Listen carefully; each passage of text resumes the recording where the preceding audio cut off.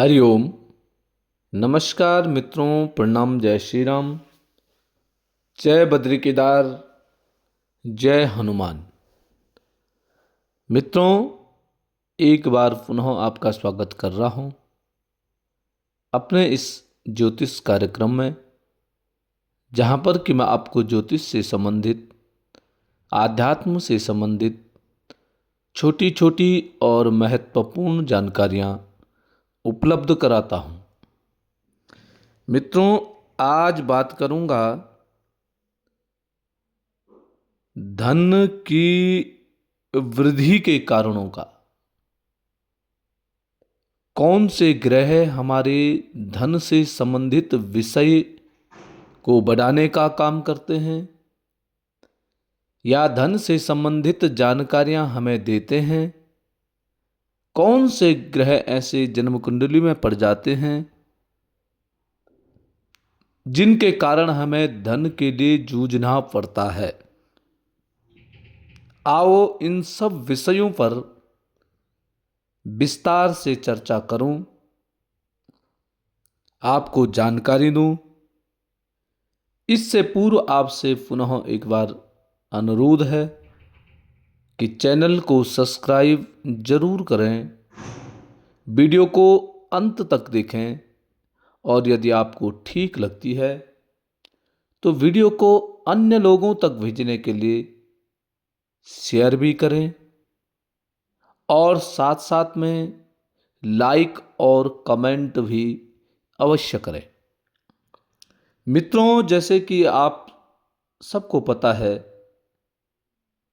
एक मनुष्य को जीवन जीने के लिए धन की बहुत आवश्यकता पड़ती है और जीवन का एक अहम भाग धन भी होता है।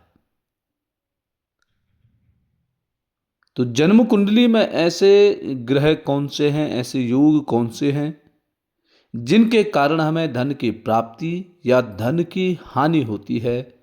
आओ चर्चा करते हैं उसी विषय पर। मित्रों, द्वितीय भाव, जन्म कुंडली का दूसरा भाव, जन्म कुंडली का पंचम भाव, जन्म कुंडली का नवम, दसम और एकादश भाव, ये सब भाव मिलकर के आपके धन के बारे में जानकारियां प्रस्तुत करते हैं, अर्थात धन के बारे में बताते हैं।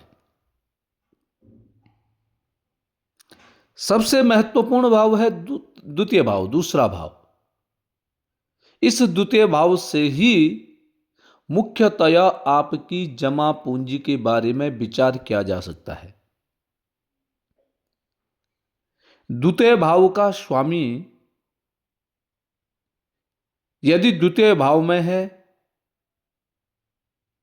या केंद्र में है या त्रिकोण में है, जिन भाग्यशाली व्यक्तियों की जन्म कुंडली में द्वितीय भाव का स्वामी द्वितीय भाव में है या द्वितीय भाव का स्वामी केंद्र में है, केंद्र के भाव हो गए प्रथम भाव, चतुर्थ भाव, सप्तम भाव, दसम भाव,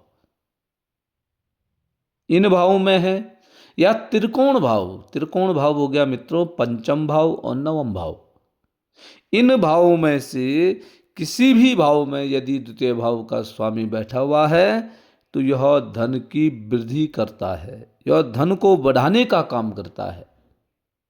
यह धन बढ़ाएगा, धन आपके पास आएगा।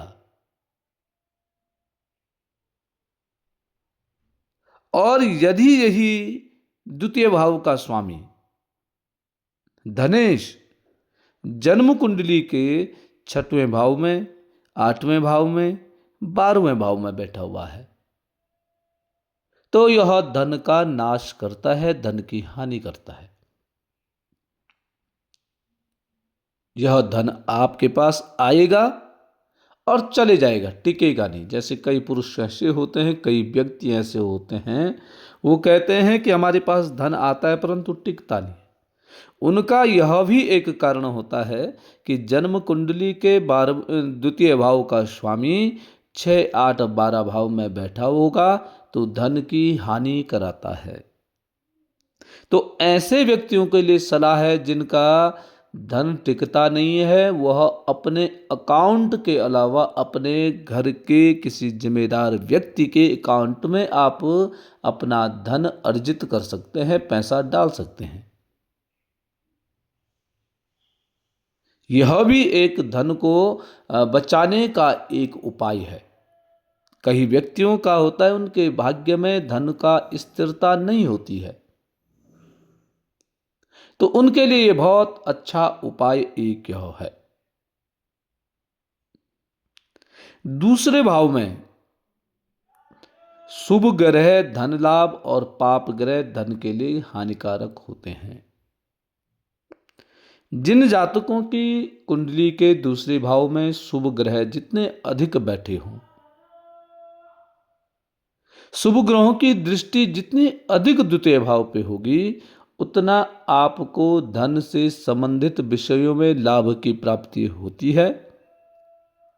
और जितने पाप ग्रह अधिक होते हैं या पाप ग्रहों की दृष्टि जितनी अधिक होती है, वह धन के लिए हानिकारक होता है। अब आपने अपनी कुंडली का स्वयं निरीक्षण करना है कि दूसरे भाव में पाप ग्रह बैठा हुआ है या शुभ ग्रह बैठे हुए हैं। इससे भी कई जानकारियां प्राप्त हो जाती हैं। द्वितीय भाव का स्वामी, अर्थात द्वितीय भाव में कौन सी राशि बैठी हुई है, बन रही है, द्वितीय भाव में कौन सा अंक लिखा हुआ है, उस अंक उस राशि का स्वामी आपका द्वितीय माना जाएगा। जैसे द्वितीय भाव में आपका 1 लिखा हुआ है, तो आपका द्वितीय कौन हो गया? मंगल हो गया। और मंगल क्या है? पाप ग्रह, उग्र ग्रह है। तो द्वितीय यदि आपका उग्र ग्रह है, पाप ग्रह है, तो आप उग्रता में आकर के धन का नुकसान करेंगे। आपका यदि द्वितीय शनि है, वहां पर 10 का अंक या 11 का अंक लिखा हुआ है, तो आपका शनि हो गया द्वितीय। और द्वितीय जब शनि जिस व्यक्ति का होता है, यदि उसमें संयमता नहीं है, यदि उसमें स्थिरता नहीं है, तो वह जमा पूंजी नहीं कर सकता है, धन को अर्जित नहीं कर सकता है, अनेक प्रकार की परेशानियां उसके जीवन में आएंगी। तो शनि के लिए क्या चाहिए? स्थिरता चाहिए, तब जाकर के धन की प्राप्ति हो पाती है। इसी प्रकार से अन्य समस्त ग्रहों का फलादेश होता है। बृहस्पति है, द्वितीय भाव में बैठा हुआ है, तो ऐसा व्यक्ति सोच समझ करके धन खर्च करने वाला होता है। ऐसा व्यक्ति पैसा अर्जित भी करेगा तो बड़ा सोच समझ करके। राहु वहां बैठा हुआ है तो चंचलता प्रदान करता है, पैसा आएगा और जाएगा,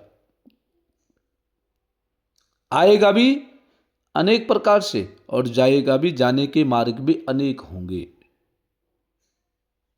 तो द्वितीय यदि शुभ ग्रह है, द्वितीय भाव में भी शुभ ग्रह हों और शुभ ग्रह से युक्त हो या शुभ ग्रह इनको देखते हैं, तो जातक को धन का लाभ होता रहता है।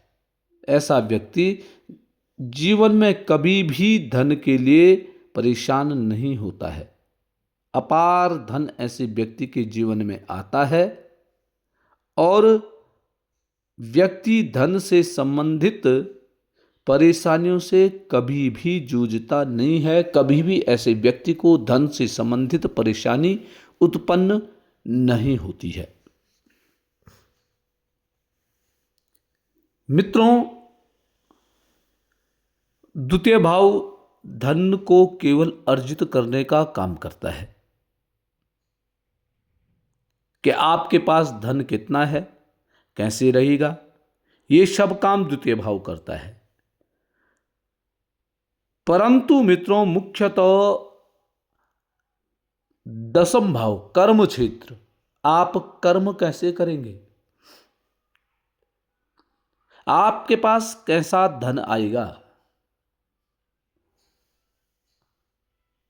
ये सब आपको बताएगा दसम भाव कर्म क्षेत्र। आप यदि अच्छे कर्म करते हैं, आप जो धन लाते हैं, ईमानदारी का धन लाते हैं, आपका ईमानदारी का मतलब है आपकी योग्यता के अनुसार आपको धन प्राप्त होता है। योग्यता में शारीरिक भी होता है, शारीरिक परिश्रम भी होता है,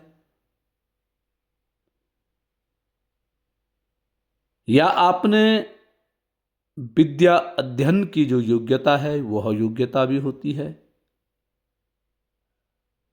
समस्त योग्यताएं, उन योग्यताओं के अनुसार यदि आप धन अर्जित करते हैं, ईमानदारी से धन पैसा अर्जित करते हैं, तो निश्चित ही मित्रों आपको सफलता की प्राप्ति होगी। आपको धन से संबंधित किसी भी प्रकार की परेशानियां उत्पन्न नहीं होंगी। आपको मन इच्छित समय पर धन की आवश्यकताओं की पूर्ति होगी। अन्यथा मित्रों यदि आप अपनी योग्यता से अधिक, अपने परिश्रम से अधिक यदि आप धन अर्जित करने का काम करते हैं, तो निश्चित ही ऐसे समय पर धन धोखा देता है जिस समय पर आपको धन की बहुत अधिक आवश्यकता होती है। इसलिए मित्रों हमेशा ईमानदारी से धन को अर्जित करने की कोशिश व्यक्ति की होनी चाहिए। ऐसा ही धन अर्जित करें जिससे कि आपको आने वाले समय में कष्ट की अनुभूति न हो। आपको हमेशा धन से संबंधित परेशानियां उत्पन्न न हो, ऐसा हमेशा विचार करके अपने कर्म करने चाहिए, तो निश्चित ही आप सफल होंगे। आपको धन संबंधित परेशानियां उत्पन्न नहीं होंगी। फिर भी अपने द्वितीय भाव के स्वामी का ठीक ढंग से निरीक्षण करके उसके उपाय कर देने चाहिए। तो मित्रों ये थी आज की चर्चा। आज के लिए बस इतना ही। जय